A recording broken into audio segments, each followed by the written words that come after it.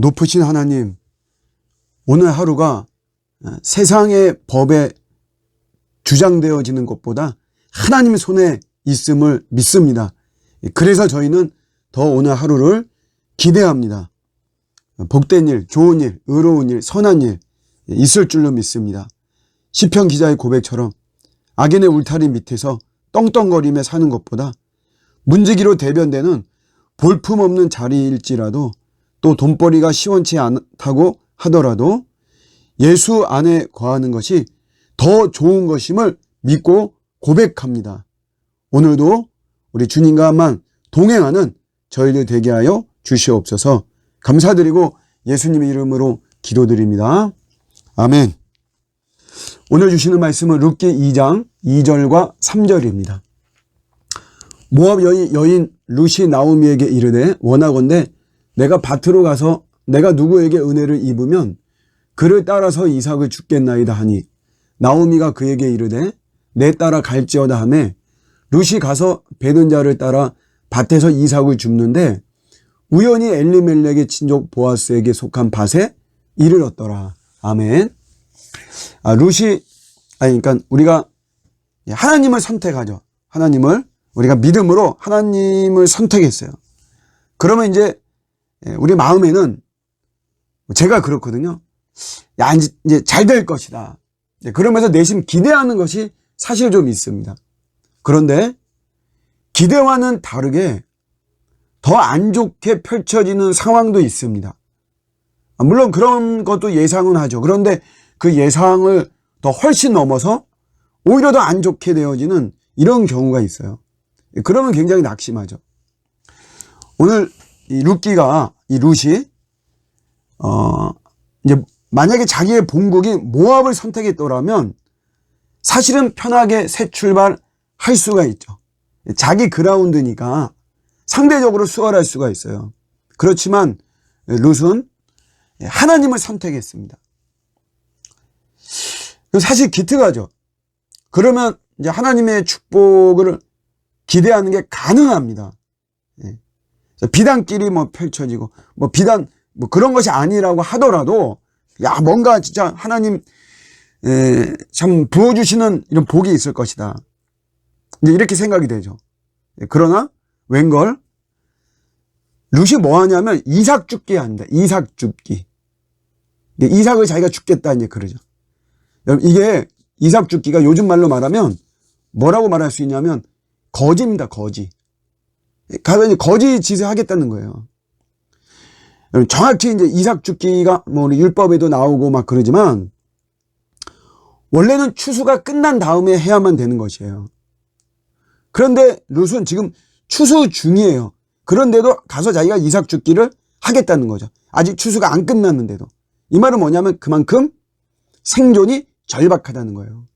우리가 거지 중에서도 상거지 이렇게 이야기하죠. 지금 완전히 룻이 이런 지경입니다. 사실 얼마나 낙심되겠어요.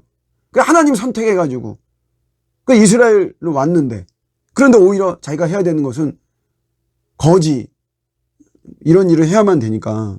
그렇지만 여러분 룻의 언어를 잘 보십시오.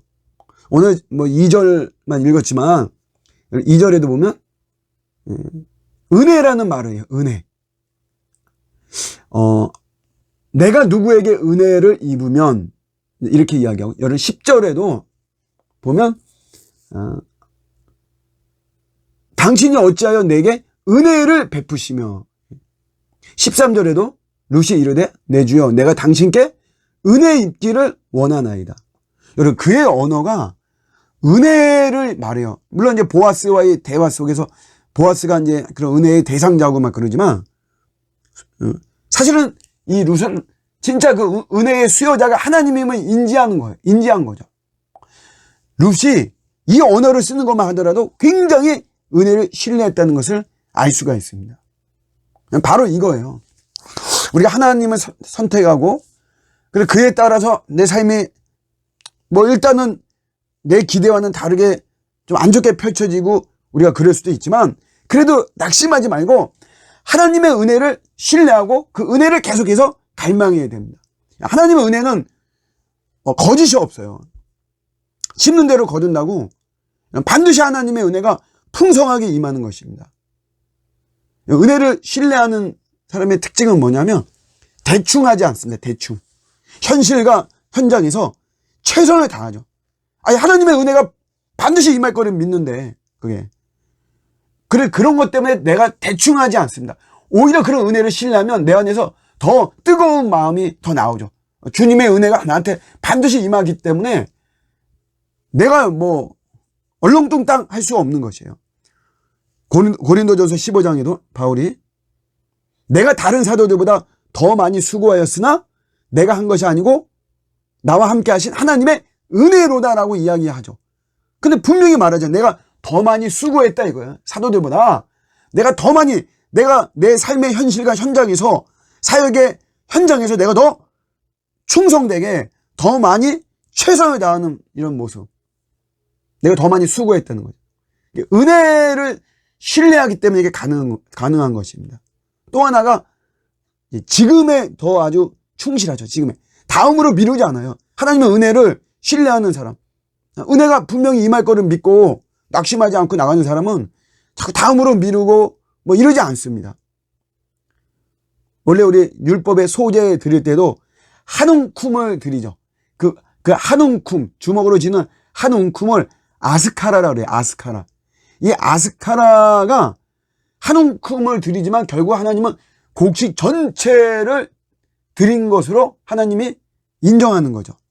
근데 이 아스카라의 뜻이 지금이라는 것도 있어요. 지금. 내가 지금, 말하자면 내가 요 한 시간, 내가 요거 이 아스카라 드리지만 하나님은 전체를 드린 것으로 보는 거죠. 내가 한 시간도 아니, 내가 5분, 내가 이 아스카라 내가 드렸지만 하나님은 내 24시간 다 드린 걸로 보는 거죠. 우리 안식일의 개념이 그런 거잖아요.